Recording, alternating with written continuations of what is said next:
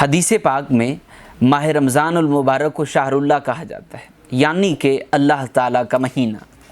اسے اللہ تعالیٰ کا مہینہ کہنے کی وجہ یہ ہے کہ ہر مہینے میں خاص اوقات اور خاص تاریخیں ہوتی ہیں جن میں اللہ تعالیٰ کی عبادت کی جاتی ہے، بلکہ ان تاریخوں میں بھی کچھ خاص ایسے اوقات ہوتے ہیں جن میں عبادت کی جاتی ہے۔ مثلا دن رات میں 5 نمازیں مخصوص وقت میں ادا کی جاتی ہیں، اور ذوالحجہ کے دنوں میں حج بھی مخصوص دن میں ادا کیا جاتا ہے، اور محرم کے دنوں میں یوم عاشوراء بھی ایک خاص دن آتا ہے۔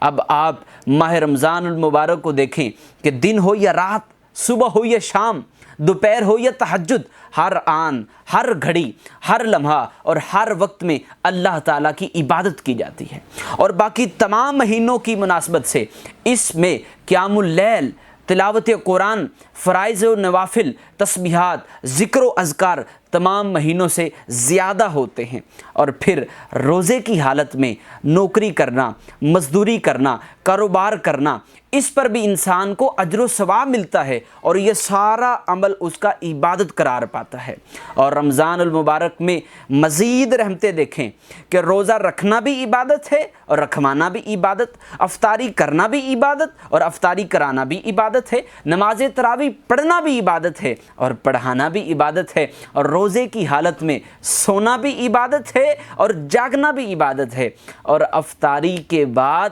نماز تراویح کا انتظار کرنا یہ بھی عبادت کہلاتا ہے۔ رمضان المبارک ایسا مہینہ ہے کہ جس کا پہلا عشرہ رحمت کہلاتا ہے، دوسرا عشرہ مغفرت و بخشش کہلاتا ہے، اور تیسرا عشرہ لوگوں کو جہنم سے آزادی کا ذریعہ بنتا ہے۔ اب آپ دیکھیں کہ اس ماہ مبارک کی وجہ سے اللہ تعالیٰ رحمت عطا فرماتا ہے، مغفرت و بخشش عطا فرماتا ہے، اور پھر مسلمانوں کے سارے سابقہ گناہ معاف ہونے کا ذریعہ بنتا ہے، اور لوگوں کو جنت کی بشارت عطا کی جاتی ہے۔ اللہ تعالیٰ کی بخشش دیکھیں، نبی کریم صلی اللہ علیہ وآلہ وسلم نے فرمایا ذاکر اللہ فی رمضان مغفور لہ وسائل اللہ فیہ لا یخیب، جو ماہ رمضان میں اللہ تعالیٰ کا ذکر کرتا ہے اللہ تعالیٰ اس کی بخشش فرما دیتا ہے، اور جو مانگتا ہے اللہ اسے عطا کرتا ہے۔ اور پھر جب ماہ رمضان المبارک کی پہلی رات آتی ہے، اذا دخل رمضان فتحت ابواب الجنہ